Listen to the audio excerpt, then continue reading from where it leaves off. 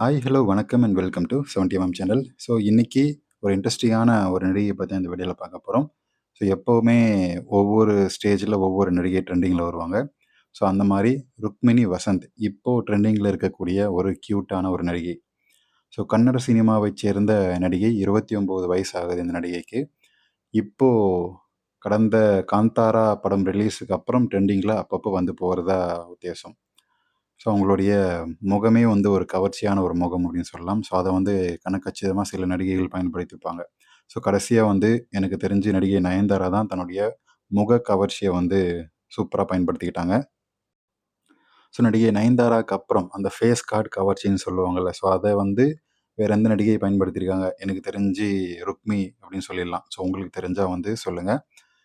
இப்போ நடிகை ருக்மிணி எங்கே போனாலும் தன்னுடைய அந்த ஒரு ராவான ரக்கட் லுக், கவர்ச்சியான ஒரு லுக்கை அந்த ஃபேஸில் கொண்டு வந்துட்டு தான் வந்து வெளியவே வராங்க அப்படின்ற மாதிரி தோணுது.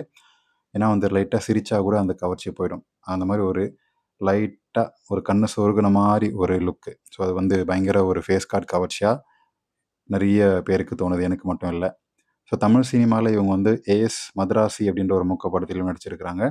இப்போ டாக்ஸிக் 2026 டாக்ஸிக் அப்படின்ற ஒரு திரைப்படம் வரவிருக்கு. ஸோ அதில் வந்து நம்ம கேஜிஎஃப் ஹீரோ யாஷ் தான் வந்து நடிக்கிறாப்புல. ஸோ அதில் வந்து 2 டியூவல் ரோல், யங் ரோல், பையன் ரோலில் வந்து ருக்மிணி வசந்த் தான் ஹீரோயின். அதில் வந்து கவர்ச்சியான முத்த காட்சிகளும் படிக்கரை காட்சிகளும் நடிச்சிருக்கிறாங்க. பொதுவாக வந்து கவர்ச்சிக்கு நோன்னு சொன்ன ருக்மிணி வசந்த் அவங்களோட ரேஞ்சும் ரீச்சும் அதிகமானதால் கவர்ச்சிக்கு தாராளம் காட்டியிருக்கிறாரு அந்த படத்தின் மூலமாக.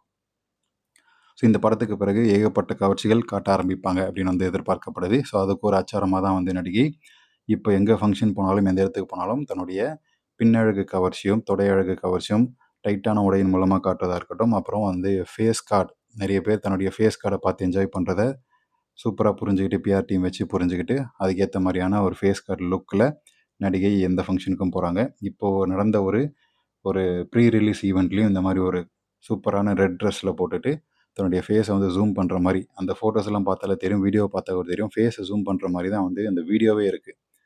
ஸோ அந்த அளவுக்கு வந்து ஃபேஸ் கார்டில் வெறியாக இருக்கிறாங்க. நடிகை ருக்மிணி வசந்தோடைய கவர்ச்சியை பற்றி, அவங்க நடித்த நடிகை படங்களை பற்றி உங்களுடைய கமெண்ட்ஸ் என்னன்றதை கமெண்ட் செக்ஷனில் மறக்காமல் மென்ஷன் பண்ணுங்கள்.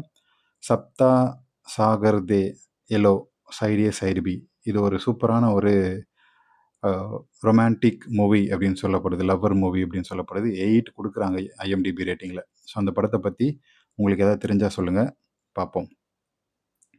ஸோ நடிகை ருக்மிணி வசந்த் அவரோட கவர்ச்சியை பற்றி நீங்கள் என்ன நினைக்கிறீங்க? கமெண்ட் செக்ஷனில் மென்ஷன் பண்ணுங்கள். வீடியோ பிடிச்சிருந்தா லைக் பண்ணுங்கள், ஷேர் பண்ணுங்கள், சப்ஸ்கிரைப் பண்ணுங்கள். டிஸ்கிரிப்ஷனில் கொடுத்துருக்கூடிய இன்ஸ்டாகிராம் பேஜுக்கு ஜாயின் பண்ணுங்கள்.